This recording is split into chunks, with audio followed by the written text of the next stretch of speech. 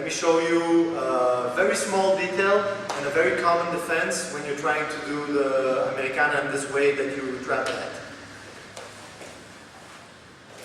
So, just like the way I've been showing in the previous video, he's defending his neck, his arms, his close, but some people, instead of keeping the hands open, they like to close here, clinch the wrists.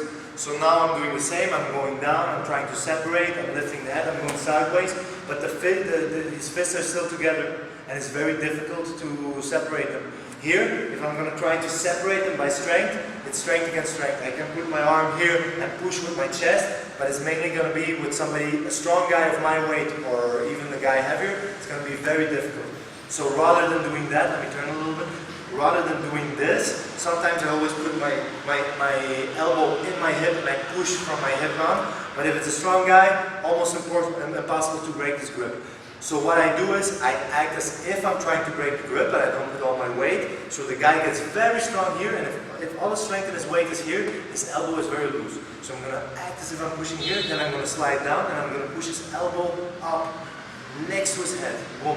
When I have it here, I'm going to grab it with the hand that I have on, and I keep my chest on it, and then I'm going to slide to his forearm, and then I'm going to push his forearm over his head. Boom. And here they're going to open. This angle and the elbow high is going to make it going to be very difficult for them to keep the hands clenched together. So I'm going to open it, I'm going to push the wrist on the ground, and I'm going to feed it to the other hand, and the sequence you already saw in the previous video.